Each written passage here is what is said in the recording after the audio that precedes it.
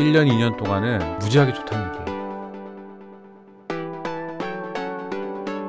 조선은 100조가 넘어갑니다. 방산도 이제 100조를 돌파하려고 하고 있고 엄청난 거예요.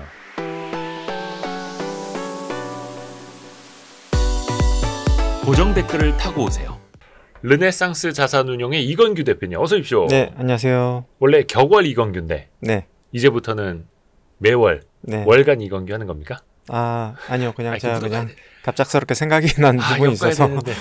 엮어야 되는데 어떻게 보름 달은, 이건규 네. 안 됩니까? 아닙니다. 아니 실제로 예. 지난번 영상에도 그렇고 종종 네. 우리 주식계 허준 선생님 네. 맥 짚는 일을 네. 이거 월간으로 해야 된다. 아, 격월은 너무 멀다. 네. 이래가지고요. 그래서 이게 격월 정도 해야지 이게 매달 말씀을 드리면은 제가 틀리는 경우가 더 많이 발생을 할 거예요.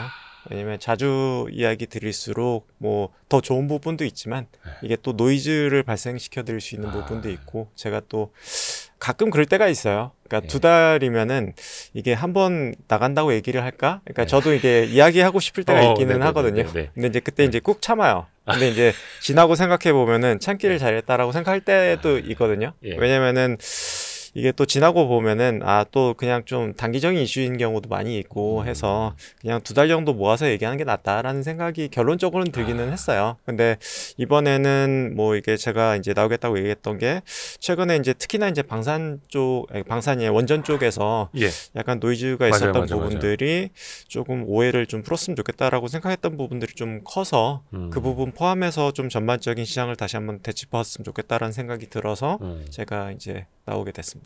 너무 감사합니다. 너무 감사합니다. 그래서 제가 지금 설득을 못했네요. 그래서 격월 이건규 시간인데 9월은 특별판. 네, 맞습니다. 특별판 부록. 부록. 그러면은 10월에는 또 나오시는 거죠? 뭐 그 9월에 나왔으니까 나 10월엔 건너뛰면 안 돼. 이런 말씀하시면 안 됩니다. 원래는 그럴 생각이었는데 뭐 상황을 봐서 조금 결정하면 좋을 것 같습니다. 댓글 많이 달아주세요. 댓글로 우리 이건규 대표님을 압박해 주십시오. 네. 그러면은 조방원 이야기하는 겁니까 오늘? 뭐 전체적인 저는 큰 틀을 좀 보고 이야기하고 싶어서 이제 나왔고요. 근데 이제 기존에는 전반적인 업종에 대해서 이제 쭉 훑는 작업이었다고 하면은 지금은 조금 더 이제 큰 틀에서 시장의 방향성하고 이제 특정 업종에 대해서 뭐 특히나 이제 제가 조금 집중해서 보고 있는 업종들 위주로 중심을 해서 전반적인 업종을 훑는다기보다는 특정 업종을 좀 더 집중적으로 해서 조금 다시 한번 훑어보고 싶다라고 봐주시면 될 것 같습니다. 투자 사이클이 이끌고 있는 증시는 어떤 의미입니까? 우리 장표 좀 넣어주세요. 네, 이게 첫 번째 장표가 이제 투자 사이클이 이끌고 있는 증시라고 해놨는데요. 왜냐면 저는 이제 주식을 볼 때 조금 단순화할 필요가 있다고 생각을 해요. 왜냐면은 시장에는 굉장히 많은 이슈가 있고 노이즈가 굉장히 좀 많거든요. 그래서 시장의 다양한 이슈들을 보다 보면은 굉장히 헷갈릴 때가 많아요. 그래서 어떤 이슈가 나왔을 때는 뭐 이렇게 긍정적으로 한없이 보이다가도 뭐 어떤 이슈가 나오면은 한없이 부정적으로 보이기도 하고 계속해서 심리가 왔다 갔다 한다라는 거죠. 그래서 이제 거기에 흔들리다 보면은 이게 방향성을 잡기가 힘든 부분이 있습니다. 그래서 저는 투자하는 데 있어서 가장 중요한 거는 이게 전체적인 시장의 방향성도 그렇지만 기업도 마찬가지로 핵심적인 지표가 무엇인가를 저는 찝어야 된다고 생각하거든요. 그래서 이제 예를 들어서 뭐 전체적인 시장도 그렇지만 기업도 마찬가지로 내가 이러이러한 지표를 보고 가겠다. 그래서 다른 이슈가 발생한다고 하더라도 이 핵심적인 지표만 내가 보고 있는 지표만 문제가 없다고 하면은 계속해서 가져가겠다라고 하는 핵심 지표가 있어야 된다고 저는 생각을 해요. 그래서 이제 지난 기간 동안에 이제 핵심 지표가 뭐였을까를 생각을 해본 거죠. 그래서 뭐 지난 뭐 2년 3년간을 되돌아봤을 때는 뭐 전쟁 이슈도 있었고 뭐 환율 문제 그리고 특히나 이제 미국 같은 경우는 이제 국채 문제라든지 이자율이라든지 인플레이션이라든지 굉장히 다양한 이슈가 있었음에도 불구하고 미국 증시는 계속해서 신고가를 찍었던 부분들이 있었다라는 거죠. 근데 뭐 미국 증시가 올랐는데 뭐 미국 소비가 좋았던 것도 아니고 뭐 특별히 경제가 좋았던 것도 아니었거든요. 근데 이제 왜 올랐을까를 생각해 보면은 결국에는 이제 AI 투자 쪽이 굉장히 좀 좋았고 그리고 이 캐펙스 사이클, AI 투자 캐펙스 사이클이 결국에는 증시를 끌어올렸다라고 저는 생각이 되는 것 같아요. 결론적으로 얘기했을 때는. 그래서 이 투자 사이클을 계속된다고 하면은 네. 좀 단순화해서 시장을 바라본다고 했을 때는 그러면은 미국 시장도 그렇게 이제 꺾이지 않지 않을까라는 단순한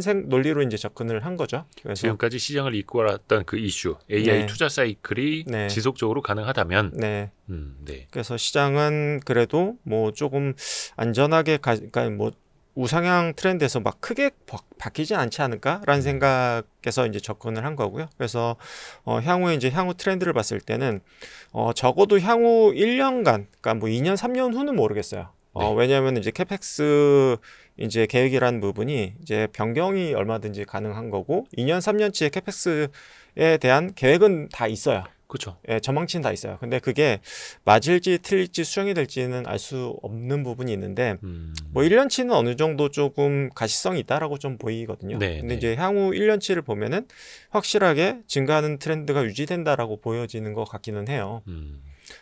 그리고 이제 또 한 가지 좀 안전판이 될 수 있는 부분이 기존에는 이제 미국 기업들만 이제 민간 기업들만 투자했다고 하면은 예.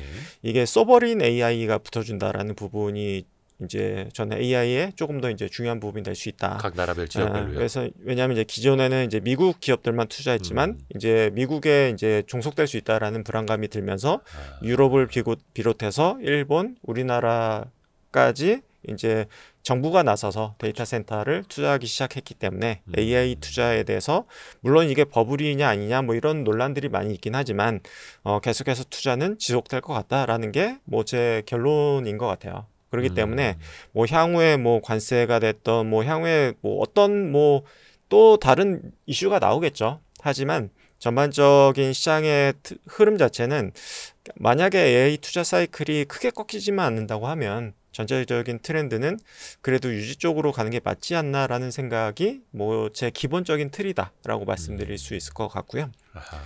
근데 이제 왜 이렇게 투자가 유지되냐를 보면은 결국에는 요 부분인 것 같기는 해요. 기본적인 방향성은 이제 뭐 오픈 AI 그래서 챗GPT뿐만 아니라 뭐 퍼플렉시티, 뭐 제미나이 뭐 이런 쪽에서의 전쟁이 끝나지 않는다라는 부분이 기본적인 부분일 것 같아요. 일단 빅테크들도 AI 투자에서는 뒤처져서는 안 되고. 네, 그래서 뭐 이게 뭐 메타뿐만 아니라 뭐 테슬라를 비롯해서 누구도 이제 여기서 투자를 줄일 생각이 없고 그리고 여기서 투자를 줄이는 순간 그냥 뒤처져. 완전히 저 뒤쪽 나락으로 가는다고 보면 될 것 같아요. 예. 왜냐하면은 한번 업데이트 될 때마다 그냥 제미나이가 업데이트되면 제미나이가 제일 성능이 좋고 맞아요. 오픈 AI가 이제 챗GPT가 업데이트되면 챗GPT가 제일 좋고 새로운 버전이 나올 때마다 그 새로운 버전이 제일 훌륭하거든요. 엎치락 뒤치락. 네, 그래서 계속 엎치락뒤치락 하기 때문에 제가 아는 친구도 제미나이, 이제 퍼플렉시티, 챗GPT 세 개 다 유료 버전을 쓰거든요. 네네네. 근데 세 개 다 끝이 않는 이유가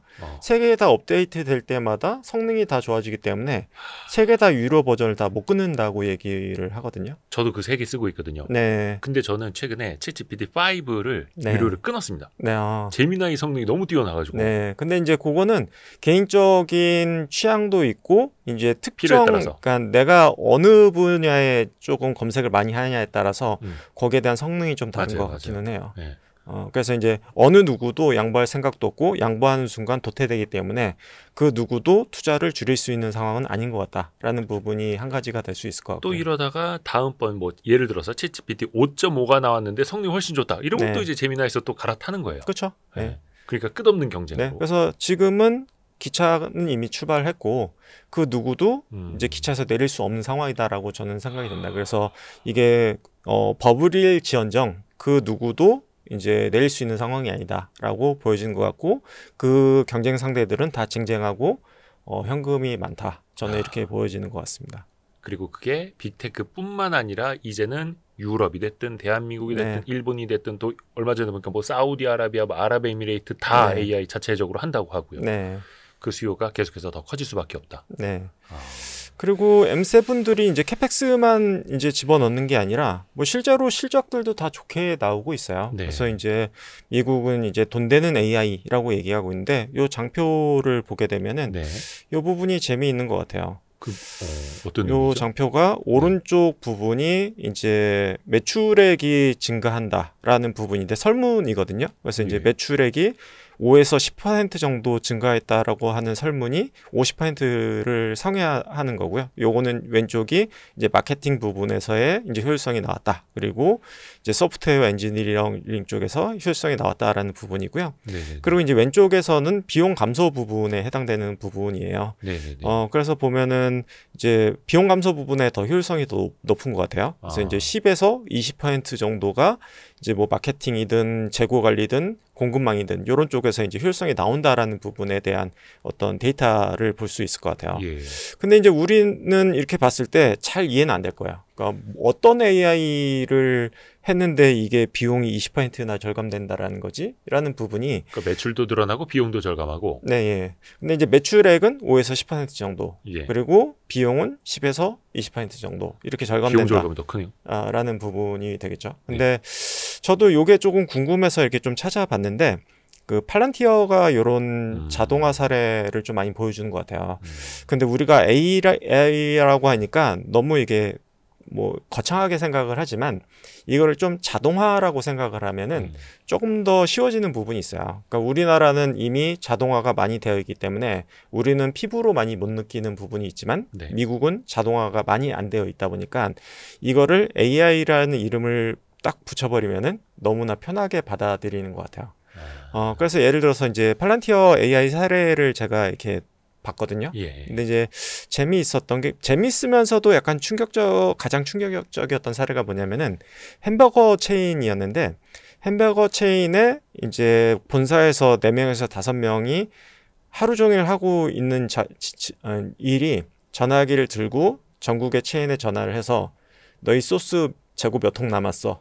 지금 몇 통이야. 몇 주 발주내야 돼. 이거를 하루 종일 전화를 하고 있어요. 4명에서 5명이. 예. 본사 직원이. 그러니까 얼마나 비효율적이며 이 물류라는 부분이 얼마나 상태 관리가 안 되고 있었냐를 이야기하는 부분이거든요. 예. 그래서 그게 이제 단순하게 이제 다 전산화해서 클릭 한 번이면은 가장 가까운 물류센터에서 이제 납품이 되는데 기존에는 그들의 전략은 뭐였냐면은 그냥 그 재고를 최대한 많이 갖고 있는 게 전략이었어요.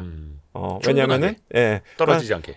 언제 떨어질지 모르고 내가 이제 본사에다 연락을 해도 이게 언제 도착할지 모르기 때문에 그 전에는 이제 제일 가까운 물류센터 이런 것도 따지지 않았던 거예요. 그냥 어디에 센터에 재고이 있는지만 파악을 해서 거기서 보내줬기 때문에 가까운 장소에서 보내준 것도 아니고 그냥 먼 물류센터에서 보내줬던 거죠. 그래서 굉장히 심플하고 우리나라에서는 좀 상상도 하기 힘든 이게 말이 돼? 라고 했던 부분들이 미국은 여전히 아날로그적으로 좀 돌아가고 있었다. 뭐 이렇게 보면 될 것 같아요. 그렇죠. 뭐 예를 들어서 그 점원 아니면 점장한테 재고 몇 개 있는지 일주일에 한 번씩 뭐 이메일로라도 보고하라고 할 수는 있겠으나 거기는 이제 바빠 죽겠는데 빨리 뭐 이제 패티 굽고 햄버거 만들고 해야 되는데 언제 하고 있어? 그냥 전화하면 지금 2통 남았어요. 하고 빨리 끊고. 그게 또 효율이라고 생각을 해왔던 거고. 그래서 진짜 말도 안 되는 일을 하고 있었다. 그 본사 직원 4명, 5명이 전화로 하루 종일 이제 지점에 전화해서 너희 소스 몇 통 있어를 확인하고 있었던 그런 말도 안 되는 상황을 하고 있었다. 여태까지. 뭐 이렇게 보면 될 것 같은데. 그러니까 이걸 이제 자동화하게 되면은 본사 직원 4명, 5명이 없어도 되는 상황이 되는 거죠. 그러다 보니까 이제 비용이 이제 감소가 되는 부분이고, 그리고 약간 조금 더 이제 멋진 사례를 보면은 이제 선박이 이제 항구로 이렇게 들어오게 되면은, 그러니까 기존에는 모든 선박을 다 검수를 해야 됐었는데, 이제 드론이 이제 선박들을 항공 촬영을 해서 그 선박의 이제 선적 수라든지 이제 그 거기에 타 있는 이제 인원들 같은 거를 스크리닝을 해서 이상 징후를 좀 발견하는 게 있더라고요. 그래서 이제 선박이 좀 과적을 했다라든지 이상한 그러니까 이상한 물체가 이제 포함되어 있다라든지 아니면은 선원이 좀 이상한 행동을 한다라든지 이런 것들을 AI로 포착을 해서 이 선박을 이제 알람을 울려가지고 이 선박을 이제 들어오세요. 체크하세요. 들어오면은 검사하세요라는 거를 이제 체크하는 AI로 뭐 그런 것들을 이제 AI화해서 모든 선박을 다 검사할 필요 없이 뭐 이런 식으로 이제 효율성을 높이는 거네요. 효율성을 높이는 거죠. 그래서 이제 이런 것들도 이제 AI화한다라고 보면 될 것 같고요. 뭐 또 한 가지 예를 들어드리면은 뭐 코딩 작업 기업이 뭐 얘기는 많이 들으셨을 것 같아요. 그러니까 이제 대리 과장급의 코딩 인력이 네, 맞아요. 불필요하다. 뭐 이런 얘기들 많이 들으셨을 것 같은데요. 작년에도 뭐 그 게임 회사 하는 친구분 사례 말씀해 주신 적 있으시잖아요. 네. 그래서 이제 기존에는 이제 코딩을 하고 이제 디버깅이라고 해가지고 그걸 이제 수정하는 작업들을 많이 해야 됐었고 그런 것들을 이제 대리 과장급들한테 많이 맡겼었던 그런 부분들이 있었는데 그러다 보니까 이제 최근에 이제 2-3년 내에 이제 컴퓨터공학과 출신들을 많이 안 뽑았던 그래서 이제 인력들을 많이 감축할 수 있었던 네. 그런 부분들이 있었는데 최근에는 아예 생 신입을 이제 인턴으로 채용하기 시작을 했다고 하더라고요. 그래서 이제 또 다른 도전이 시작이 됐는데 뭐냐면은 기존에는 이제 부장급의 이제 실력 있는 이제 코딩 전문가가 한 명 있으면 됐었는데 이제는 한 명을 뽑아서 완전 생초보를 앉혀놓고 네가 이제 AI만 가지고 개발을 해봐라는 미션을 주는 거죠. 그래서 이제 실력 있는 개발자가 AI를 가지고 이제 개발을 했을 때의 성과, 아예 생초보가 AI 툴을 가지고 이제 개발을 했을 때 성과를 이제 비교를 해서 만약에 AI 개발 툴이 만약에 성과가 많이 올라와서 정말 생 신입이 만약에 AI 개발 툴로 만약에 어느 정도의 퍼포먼스가 나온다라고 하면은 기존에는 신입을 안 뽑았지만 이제는 부장을 자를 수가 있게 되겠죠. 예, 그래서 이 새로운 도전이 이제 시작이 됐다라고 보면 될 것 같아요. 그래서 또 다른 영역으로 좀 가고 있다. 그러니까 개개인 입장에서는 엄청난 챌린지인데 네, 그렇죠. 기업 입장에서 또 엄청나게 효율화가 되는 거고요. 네. 그렇게 하면서 어떻게 보면 이제 매출도 늘어나지만 비용도 절감을 하면서 AI화한 기업들은 훨씬 더 수익을 보고 있고 그래서 앞에서 말씀하신 것처럼 AI로 인한 투자 사이클은 네. 지속될 수밖에 없다. 네. 이렇게 보시는 거고요. 그래서 그런 쪽에서 이제 돈이 되냐라고 하는 질문에 대해서 미국 기업들은 돈이 된다라는 부분에 대해서 답을 하고 있는 상태고 AI 극이 돈이 됩니다. 네. 네. 그리고 우리나라에는 많이 있지는 않지만 데이터 센터의 효율화하는 뭐 기업들이 굉장히 미국엔 많은 상황이고 데이터 보안과 관련된 회사들도 돈을 많이 벌고 있는 상황이에요. 그래서 이제 그런 기업들도 굉장히 AI와 관련된 투자도 많이 하고 있고 돈도 많이 벌고 있다. 이렇게 이해를 하면 될 것 같습니다. 데이터 센터를 효율화하는 기업들, 네. 이런 데들도 뭐 예를 들어서 그 뭡니까 서버렉 막 이런 거 설치해주고 그런 거 관리하는 회사들뿐만 아니라요. 네. 그러니까 이제 데이터가 이게 뭐 저도 이제 정확한 개념이 아닐 수도 있지만 데이터가 이게 분산돼서 이게 저장이 될 수도 있지만 네네. 이게 데이터를 이제 차곡차곡 쌓아서 이게 데이터가 좀 더 많은 데이터를 좀 더 효율적으로 쌓을 수 있게끔 이렇게 차곡차곡 쌓을 수 있게끔 그걸 이제 소프트웨어적으로 좀 만들 수 있는 부분이 좀 있거든요. 전문 용어로 조각 모음 아닙니까? 예, 그런 개념이죠. 예. 우리 옛날에 윈도우 버벅일 때 조각 모음 그렇죠. 하듯이. 예. 그래서 그거를 이제 그렇게 했을 때 이제 데이터를 저장하는 속도를 더 빠르게 할 수 있는 부분이 있기 때문에 이제 그런 기업들도 지금 많이 돈을 벌고 있는 상태이고요. 근데 실질적으로 이 회사들이 물론 이제 뭐 오픈 AI라든지 아니면은 어딥니까 뭐 퍼플렉시티라든지 그런 AI 서비스로 얼마나 돈을 버는가와 별개로 기업들이 실제로 AI를 도입을 해서 그게 얼마나 수익화되는가는 우리 비용 세이브 많이 하고 있습니다. 실제 그렇게 대답을 한다. 그거는 이제 뭐 대단한 AI 프로그램이라기보다는 기존의 비효율성 그리고 전산화가 안 되어 있던 미국의 특성에서는 그게 비용 절감으로서 크게 다가오고 있다. 이렇게 생각을 하면 될 것 같아요. 우리나라랑은 좀 특성이 좀 다른 것 같다. 저희도 그렇습니다. 심지어 와이스트리트도 거의 지금 유료로 쓰는 AI 프로그램 한 7, 8개 많이 쓰고 있습니다. 그 직원 한 사람 몫을 또 해주는 거죠. 한 사람이 뭐야? 몇 인분 이상 해주는 거죠. 네, 맞습니다. 르네상스도 혹시 쓰십니까? 저희도 이제 챗GPT 유료 버전으로 그게 이제 기업에서 저희도 유료 버전을 쓰는 이유가 팀 리더가 그냥 팀원들을 결제를 한꺼번에 일괄적으로 할 수가 있어가지고 되게 관리하기 편하게 되어 있더라고요. 결제를. 그래서 저희는 이제 챗GPT 유료 버전 쓰고 있습니다. 기업 버전이 따로 있어요. 아, 그래요? 기업 버전이? 좋습니다. 자, 그리고 또 어떤 포인트를 또 보고 계십니까? 네. 그리고 제가 이제 두 번째 말씀드리고 싶은 부분은 그러니까 새로운 이제 테마가 좀 중요한 테마가 발생을 했다. 그게 이제 LNG이다. 이제 기존의 이제 투자 사이클을 이끌었던 게 이제 AI 투자 사이클이었는데 네. 이번에 이제 새로 생긴 부분이 LNG 투자 사이클이 생겼다. 네, 이거는 굉장히 좀 중요한 사이클이다라고 생각을 하는데요. 네. 이번에 다들 아시겠지만 이제 유럽하고 한국하고 일본하고 관세 협상이 있었고, 그죠. 그 사이에 이제 미국에서 이제 동일하게 내놓은 청구서가 있었어요. 그거는 LNG를 사가라라고 하는 청구서가 있었죠. 그래서 이제 대표적으로 유럽 같은 경우에는 3년 동안 7,500억 달러의 이제 LNG를 사가라라고 하는 청구서를 내밀었죠. 네.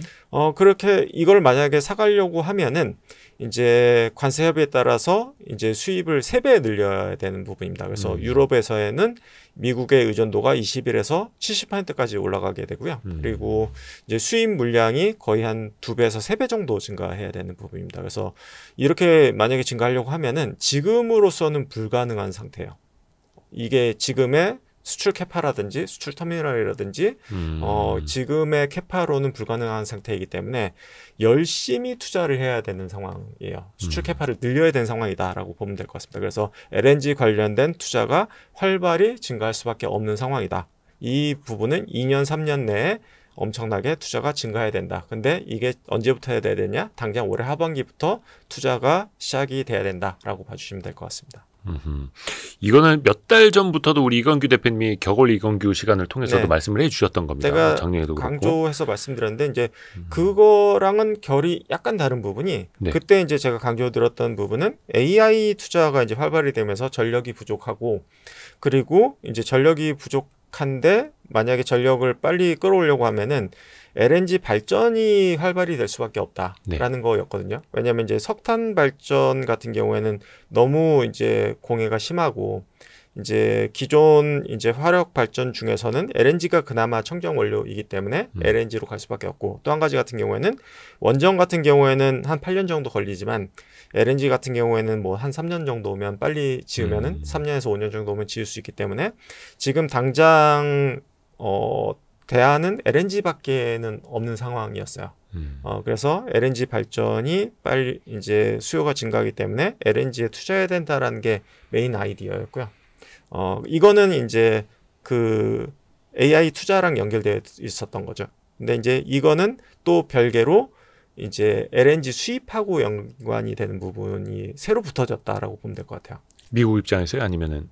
미국 입장이든 아니면은 LNG 밸류체인이든 어차피 LNG 밸류체인, LNG 발전 체인에 똑같이 수혜를 받아요. LNG 발전 체인도. 예, 그래서 좀 더 이제 기존의 아이디어가 강화됐다라고 보면 될 것 같아요. 기존 업체들이 수혜폭이 더 강화가 됐다. 이렇게 이해를 하면 될 것 같습니다. 아하. 그러니까 예전부터도 계속해서 그 LNG 분야 밸류 체인을 많이 강조해 주셨었고, 네. 그게 LNG 발전에다가 LNG 수입에 대한 수요까지 같이 네. 덧붙여졌다. 네. 2배입니까? 수요가 더 많이 증가했고, 네. 그리고 이제 관련된 기자재 관련된 수요가 더 많이 증가할 것 같다라는 부분이 이제 핵심 아이디어가 될 것 같습니다. 이게 기자재도 굉장히 많지 않습니까? 조선에 네. 들어가는 뭐 LNG 창도 있고, 뭐 피팅 밸브도 있고. 네. 특히 어느 쪽을 그럼 주목을 하시는 거? 뭐 강관도 있고. 일단 당장은 LNG 터미널 발주가 조금 이루어져야 될 것 같아요. 왜냐하면 수출 터미널이 재개가 돼야지만이 이제 수출을 할 수가 있기 때문에 그래서 이제 수출 터미널 관련된 뭐 피팅 같은 것들의 수요가 나오지 않을까라고 기대를 하고 있습니다. 지금 현재. 그래서 그쪽에 수요가 발생을 하게 될 것 같고요. 그래서 여기 차트를 잠깐 보시면은 네. 이제 미국의 LNG 수출 현황 그래프를 보면은 여기에 미국 이제 EIA 이제 자료인데요. 네. 2023년도 대비했을 때 뭐 2030년도 됐을 때는 뭐 수출 물량이 한 2배 정도 가량 증가해야 된다라는 그래프이거든요. 그래서 수출 물량이 이렇게 증가하려고 하면은 결국에는 많이 캐고 많이 지어야지만이 수출할 수 있다라고 터미널을. 봐주시면 될 것 같아요. 그래서 에카 플랜트도 많이 지어야 되고 뭐 보냉제도 많이 써야 되고 플랜트 관련해서는 엄청나게 수요가 증가해야 된다라고 봐주시면 될 것 같아요. 그래서 배도 많이 만들어야 되고 뭐 관련된 밸류체인들은 다 수혜다 이렇게 봐주시면 될 것 같고요. LNG 관련된. 그러니까 당장은 LNG 수출 터미널 관련된 네. 피팅 쪽의 수요부터 비롯해서. 근데 이거는 이제 미국 쪽 아닙니까? 미국의 수출 터미널이고, 네. 근데 거기에 우리 기업들이 기자재 네. 같은 걸로 이제 같이 수출을 할 수 있는 그런 입지에서요. 네. 그러면은 이게 토탈 엔지니어링 입장에서도 그러면 수혜가 될 수도 있는 거예요?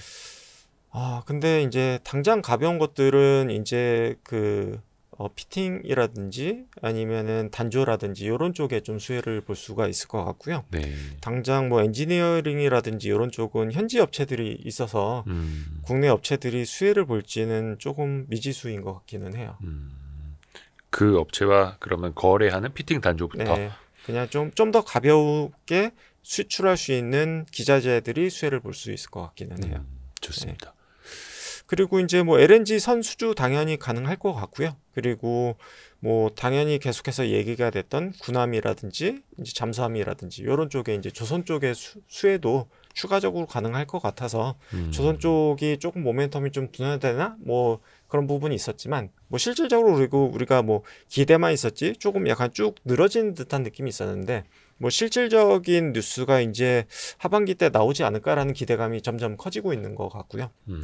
그리고 조금 최근에 좀 기대감이 좀 커지는 것들은 이제 발전용 엔진도 좀 기대감이 좀 커지는 것 같아요. 발전용 엔진이요? 네. 그러니까 선박 안에 들어가는 발전용 엔진이요? 네, 선박용 발전용 엔진이 외부로 나오면은 이게 그냥 그것만 가지고 데이터 센터의 그 예비 전력용 발전용 엔진이 되는 거거든요. 그렇죠. 그게 배에 있으면은 배의 전기용 엔진이 되는 거고 그게 이제 선박으로 들어가게 되면은 아까 얘기했듯이 예비 전력용이 되기도 하고 그거를 전기를 만들어서 모터를 써서 이제 추진력을 얻어서 중소형 선박에는 추진 엔진으로 쓰이기도 하고요.